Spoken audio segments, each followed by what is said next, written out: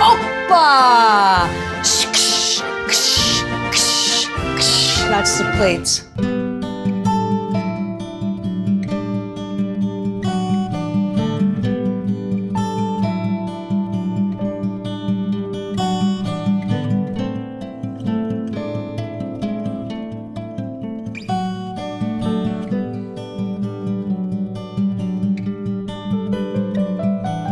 Welcome to dinner party tonight, sort of Greek style night.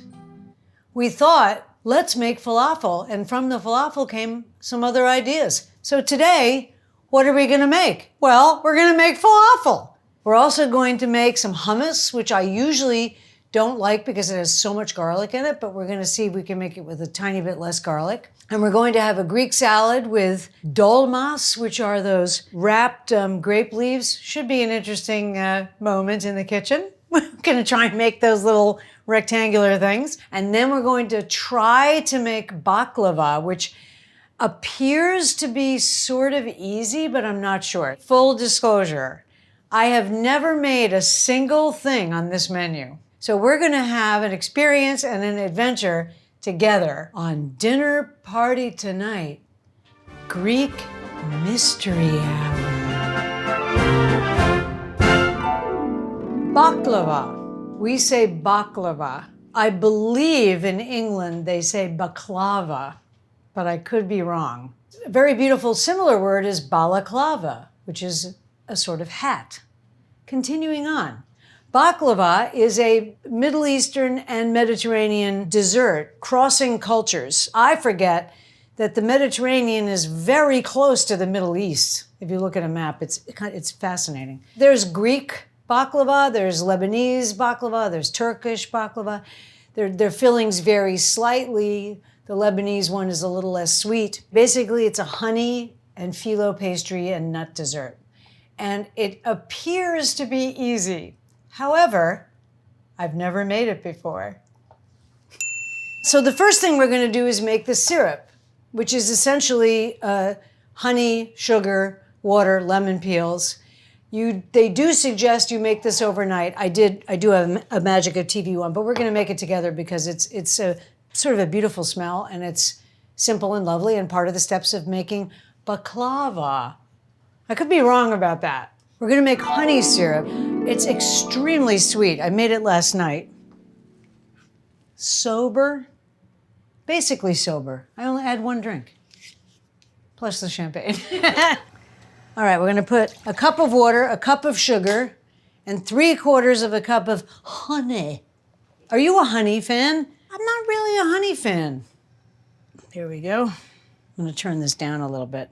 So they tell you to put just lemon, okay? I think we can do better than that. I'm thinking of baklava and where it comes from, right? And I'm thinking of spices that could go in the syrup, which is if you think of eating a piece of baklava, if you've eaten it. It's exotic in a funny way. So I was thinking about making it slightly more exotic by flavoring the syrup that we're gonna paint the baklava with. Let's try some cloves. How about a little vanilla? Hey la la. I'm gonna put a little bit of vanilla syrup in.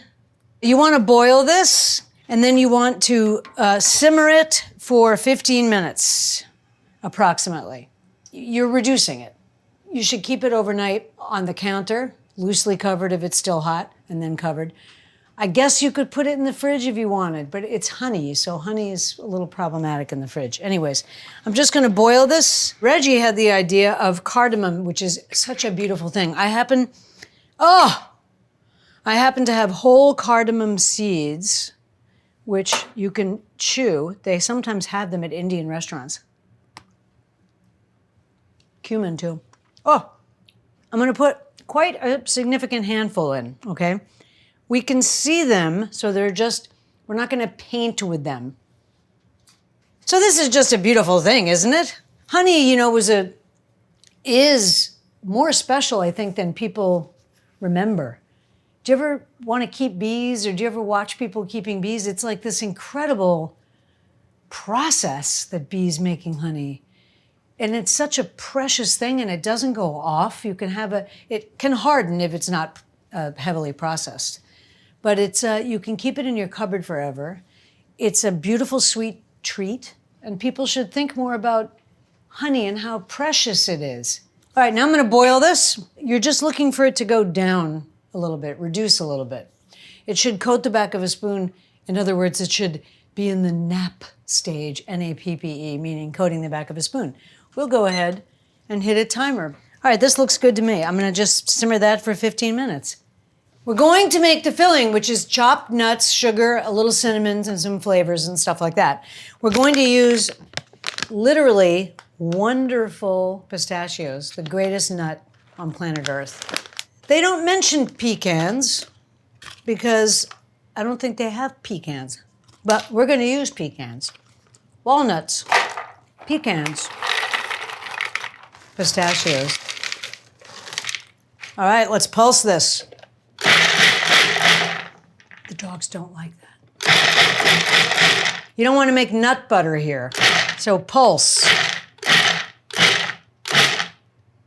Be careful. It's almost going to make peanut butters. I'm just going to put a little teeny bit of sugar. This is a diabetes dessert. And a little bit of cinnamon, my least favorite spice. We're going to use gingerbread spice, which is basically allspice, ginger, cinnamon, nutmeg, cloves. That's perfect. So here we go. Some. You're a dinner partier. Look at your amount. Here comes the part where we find out it's not easy. We're going to use a kind of dough called phyllo dough, which they sometimes make on Great British Bake Off, which is just not fair, okay? It's like puff pastry, just buy it, okay? Just buy phyllo. This is phyllo. I've never made this before, okay? So what they want me to do is paint this with butter, roll out 2 pieces, cut it to this size, but you can't expose this to air because it dries very, very, very quickly. So we're gonna see how this goes. Here's my butter. Generously paint this, okay?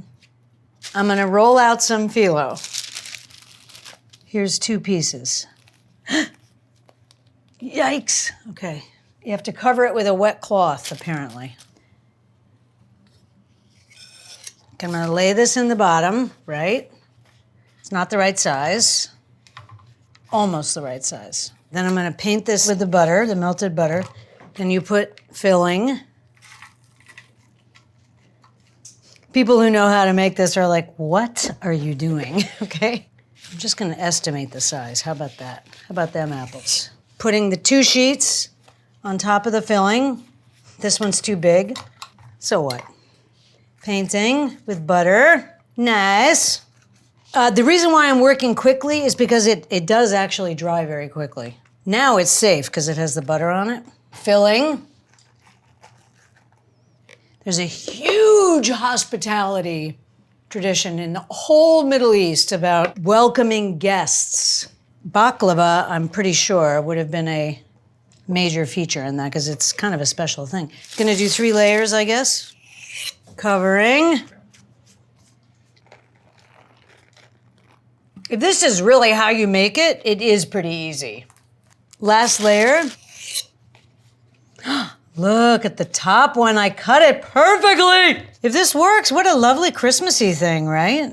Now, the interesting part is gonna be cutting it, which we're supposed to cut it in that famous baklava design. That doesn't seem very easy to me, but we'll try. We're now going to attempt to cut the baklava. First of all, we're going to score it. And apparently it's not going to simply pull away with me. We're gonna go like this, and then we're gonna go like this. We have some cold water here.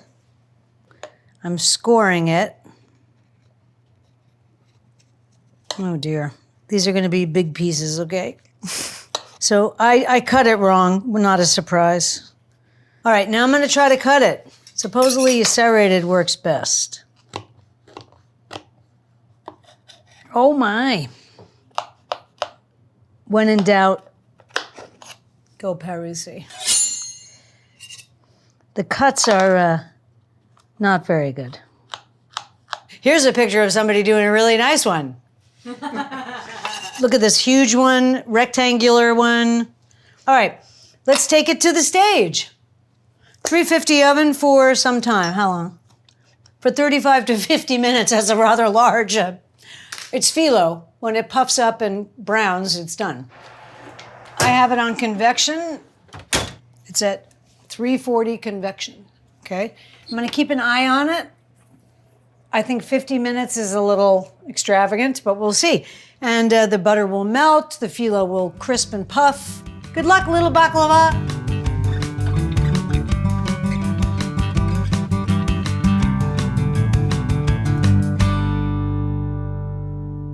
Here's the baklava. It's hot and crispy. Ooh! Now we're gonna take our magic of television syrup, which is cold, and we're going to evenly pour it all over the baklava, including the corners. Now, I made a mistake. Do you know what it is? You're not painting it, you are pouring it. So therefore, with the stuff you put in it, you do kind of have to sieve it. Oh yeah. Here we go. Walking down the street, we get the funniest looks from all the baklava we meet. Hey, hey, we're the baklava makers. Dun, dun, dun, dun, dun, dun. So you can see why this comes from such a tradition of hospitality. What a magnificent treat to serve people, right? I'm just kind of pouring it in the openings.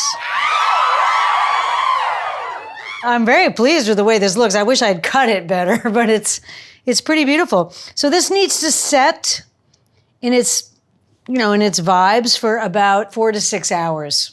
You also don't serve this piping hot, by the way. You can store this covered room temperature for 3 days, or you can put it in the fridge for up to a week. You just use your common sense. Anyways, hello, baklava.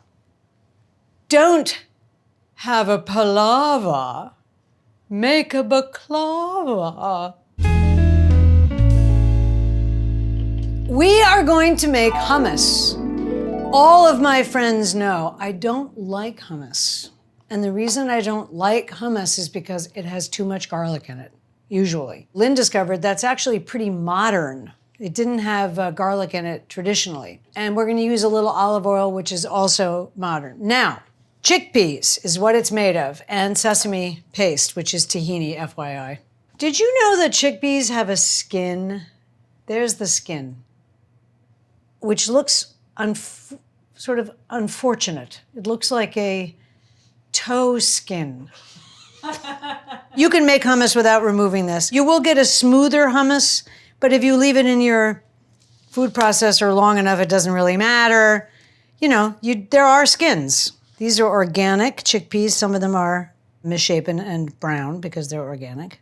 They also have no salt. Basically, what we're doing is making a chickpea paste. So unlike the falafel recipe, which we'll get to, but it requires dried chickpeas. These are from a can. And you know what's really crazy? I've been eating chickpeas my whole life. I never knew they had a skin. Isn't that nuts? Okay, I'm gonna stop. Some lemon juice. Lemon juice. And we're gonna use a very small piece of garlic. It's the center of the garlic. That little piece is green sometimes. That's the most garlicky part of the garlic. And what we want is a sort of a fine paste. So I'm gonna use a microplaner. This is a staple in the Middle East, also in North Africa. I'm winging this, ladies and gentlemen. That's a sort of a semi-fine paste. Not really a paste, but we'll see. Some pepper and salt. And I'm gonna use my Skepschult grinder for a little green pepper. It is a lovely pepper. It's not very spicy. So there you go. Little green pepper for when we want it. Let's see what happens. Some recipes call for boiling these prior. You get a softer consistency. We're gonna put in about half a cup. I'm gonna eyeball this, okay? right? So I'm gonna put some salt because it's pretty unsalty. We're gonna put in our lemon juice and garlic.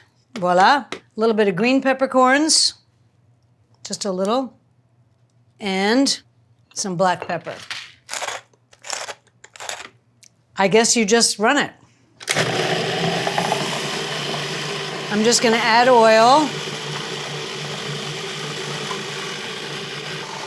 Just gonna see the consistency. It's way too thick.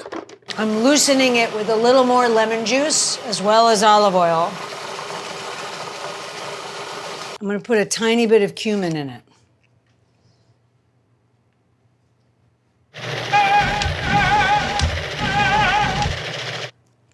I mean, it's really good, but it's too thick. I think it should be loosened a bit. Perfect. Serve with carrots, pita, celery, whatever you like. You can make this 5 days in advance, 7 days in advance. I mean, it'll keep. It's bright. It's yummy. Hummus. Don't be a dumbass. Make some hummus. We're going to make a delicious sauce that can go with your falafel called tzatziki. Quite similar to raita. It's a delicious accompaniment for falafel, for lamb, for chicken, for anything that needs a sort of cooling aspect because it's Greek yogurt, lemon juice, yumminess, salt, pepper, cucumber, etc. So we're just gonna quickly go through the steps, which is I'm just gonna grate some cucumber into this bowl with the skin so it has green. Be careful you don't go to the hospital with a grater. And you can make this a couple days in advance. You can make this probably 5 days in advance if you want it. I'm just gonna quickly squeeze out some of the excess liquid. Yeah, you see? Otherwise you get a very watery sauce sometimes. Sometimes not. These were not particularly watery. A little bit of lemon juice. Not too much, not too little. And pedicel. Now you can also serve your falafel with tahini sauce, which is essentially tahini, which is ground sesames, with a little bit of lime or lemon juice to loosen it and some olive oil and whatever pepper you want, okay? It's very, very simple sauce.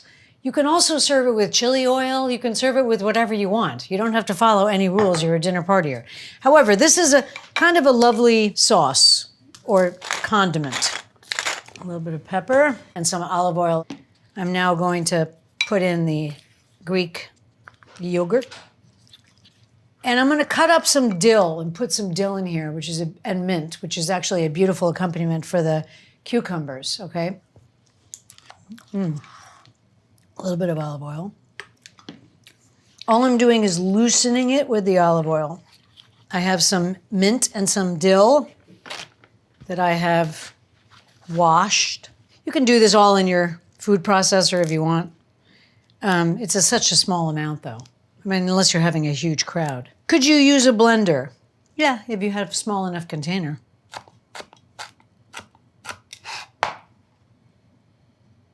Fresh herbs, they elevate. You know, a fun thing to do is to put fresh herbs in a salad, just whole herbs. Pieces of basil, pieces of marjoram, pieces of mint. Just put them in the salad in the summer. It's kind of delightful. Okay, a little mint, little dill. Look at these beautiful ingredients. Don't be afraid to add a little something like this. They're gonna be thrilled that you made any of these things or if you just had them over and had Chinese food, okay? But don't be afraid if you have the extra 5 minutes to do something like this because it does make a difference to them. This is gonna stay in its prep bowl for now. And then right before service from the fridge, I'll put it in a smaller, prettier bowl. Tzatziki. It's so neatsy.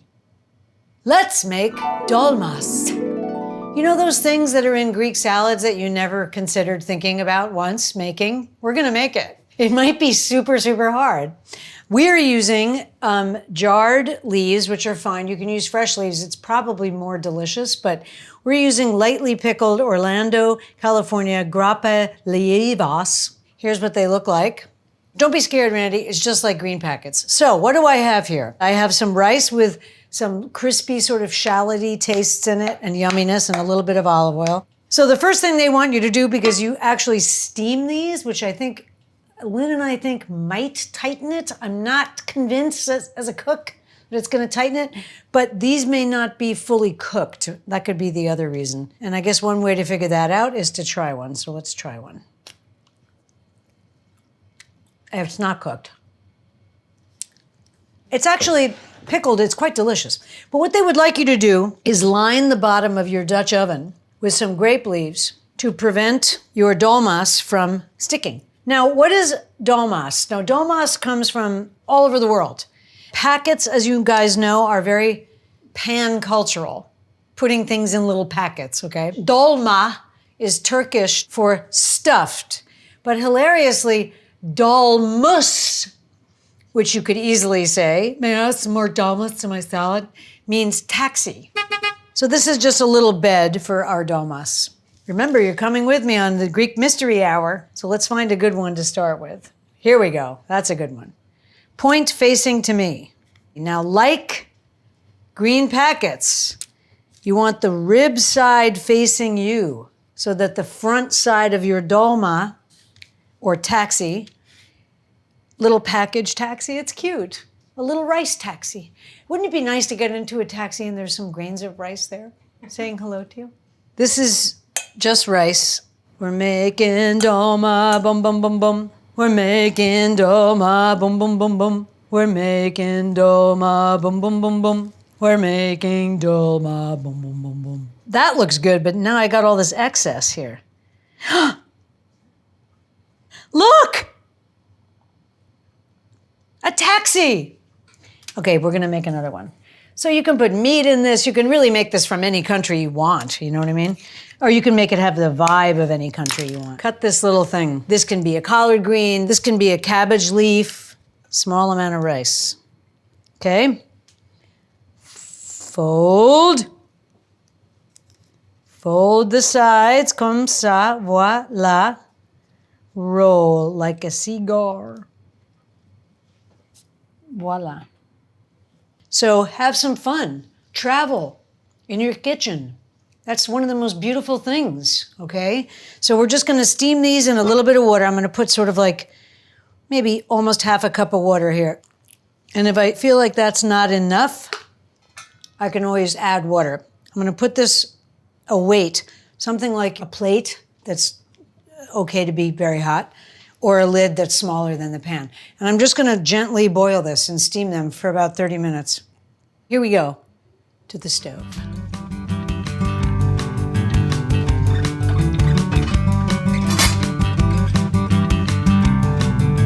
All right, here we go. We've steamed them. You know, I'm not gonna lie, they're rustic. I'm gonna take the best ones out. They should be allowed to cool and served at room temperature. They did firm up slightly, frankly. Dolmas. Should I taste one? Excellent. To be honest, we used fully cooked rice. And the reason that they are steamed is because the steam also finishes cooking the rice. So our rice is a little bit separated. It's not like that gummy rice that's in a dolmas, but we learned they're yummy. Dolmas, they have a nice aromas. You know what's not awful? Falafel. I happen to love falafel. It's a teeny bit naughty because it's fried, but it's absolutely delicious. Made of dry chickpeas, not from the can. Look at this super cute bag of dry chickpeas that I bought. Didn't look at the dimensions or weight of the bag. So I have a lot of dried chickpeas. Basically, you mix it up in a food processor and then form it into a bowl and fry it. We're going to fry it in my new fryolator. And I've never made falafel, but I do love it. So these, you have to soak these for 12 hours. These are still crunchy, so we're hoping it's okay. But you want it to have a little, not mushiness, like the canned ones are mushy. right? So you want to have almost 2 cups of chickpeas, so this container. Okay, 2 cups. Salt, I would say, right? You can never go wrong with a little salt. I'm going to use Aleppo pepper. They want you to use cayenne. Aleppo is just as fine. Some lemon juice. Then we're going to blitz this. I don't know what's going to happen. I'm literally winging this, which is hilarious because I've never made this before. And normally I don't do that if I've never made it. I'm just going to dry this parsley. So if you ever have herbs that look sort of dead, which is very common, shock them in cold water. It'll bring the color back. I'm just going to roughly chop this because they're going in the food processor. Okay. Bink, bink. Some onion, they say, so. They say half an onion quartered, which is half a shallot quartered. That's a big shallot. Garlic. Do we want garlic? Nah, no garlic, because I don't like it. Some coriander. A tablespoon, which is a lot. And some cumin. Okay. Shall we just pulse it for a second and see what happens?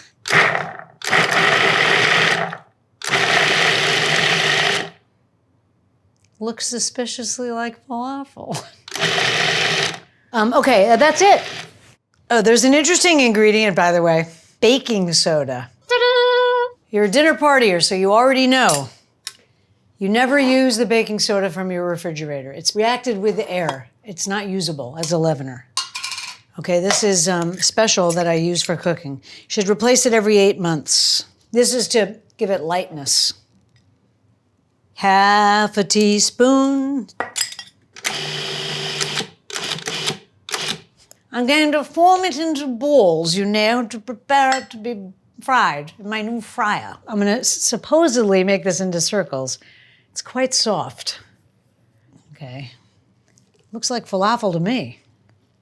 Falafel, falafel, don't talk with your mouth full. Falafel, it isn't awful falafel. You can also form these into small batties, which is even more difficult.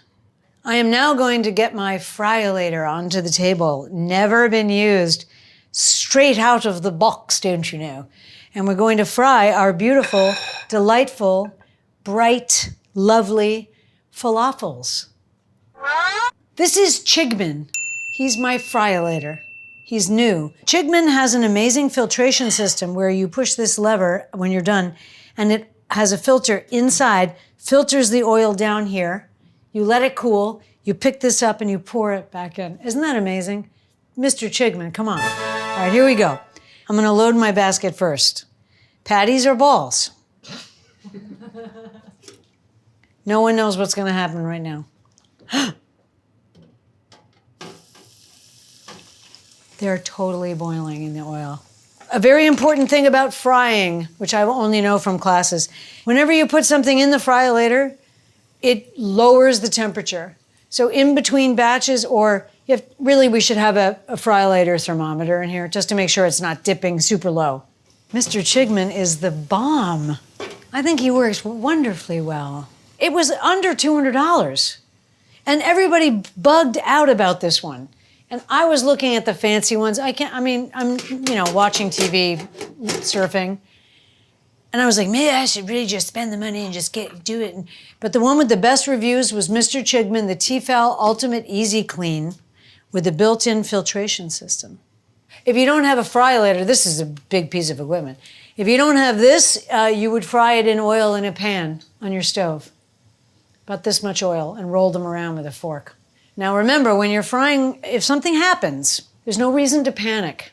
Try to cover it with a lid if you can, if your hand can get close enough. If you have a fire blanket, those are fantastic. They're like $11. You just throw it over the entire oven and it'll put the fire out. Or if you have a fire extinguisher, just the thing you should not do is put water on it. And don't do this, which people do, which is a mystery to me. Do not do that. What do you think? Oh, they're crispy. You guys, I never fried anything in my life. This is the first time I've ever deep fried something. Wow. Oh boy, I'm gonna try one. It's hard. I made this.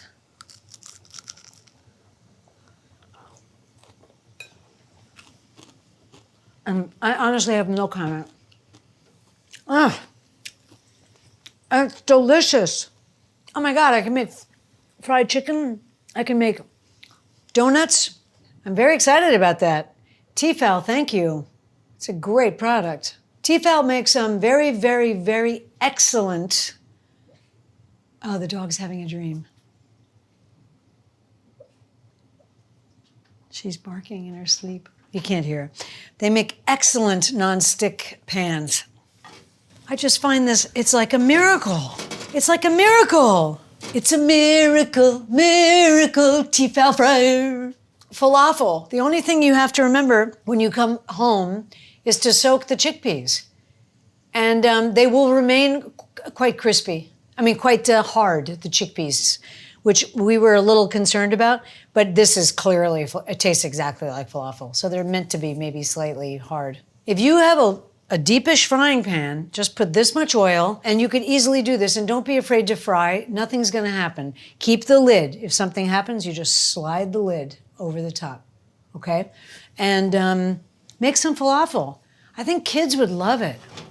Let's make a cute little accompaniment, a salad, a Greek salad.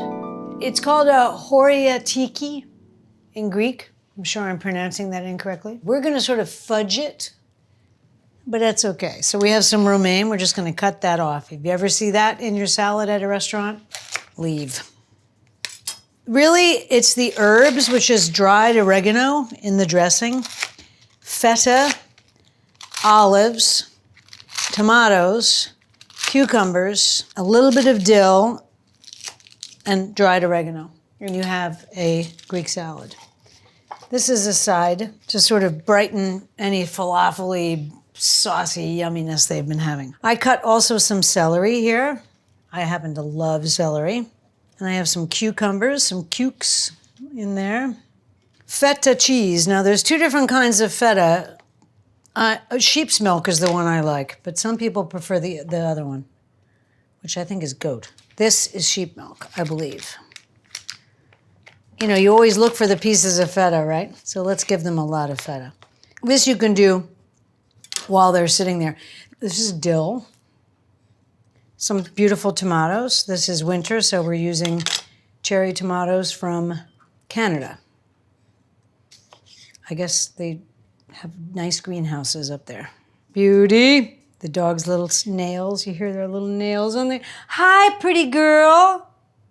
I'm gonna cut some olives. I love olives.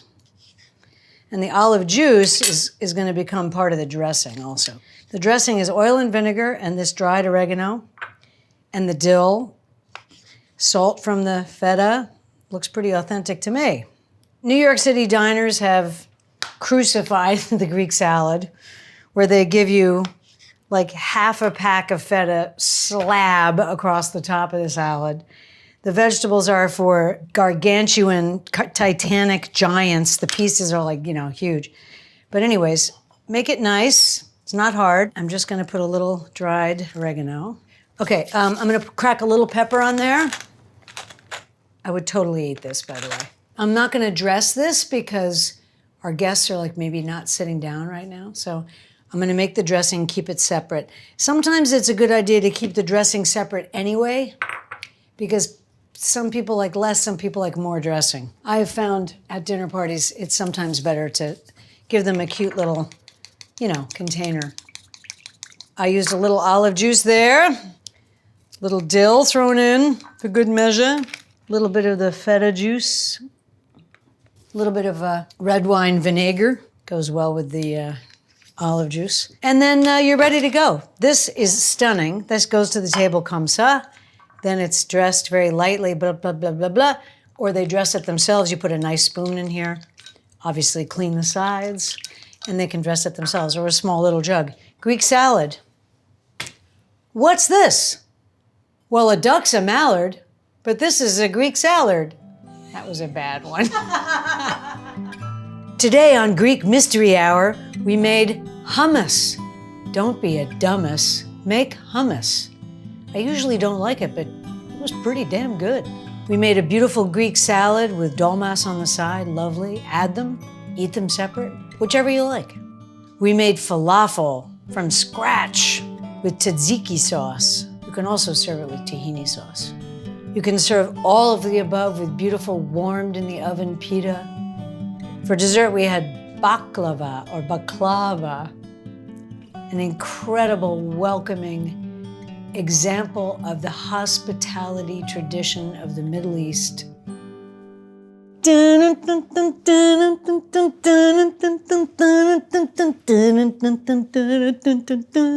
you do that Greek dancing? You would look so cute if you could do it. We made all kinds of Greek beauties. Try one, try two, try them all. Do Greek dancing with your dog. Take some time to travel in your kitchen. And I'll tell you that when you do travel, the kitchen transcends language. If you're scared at somebody's house when you're visiting a weird country that you don't know, go in the kitchen, because that's where you guys will connect. Thanks so much for watching. Hit the bells and buttons, and we'll see you soon. Nobody asked you to be so cute, did they? Give me a kiss. Thank you. You would be a friendly person in the kitchen, wouldn't you? Give me a kiss. Thank you. Oppa! That's the plates.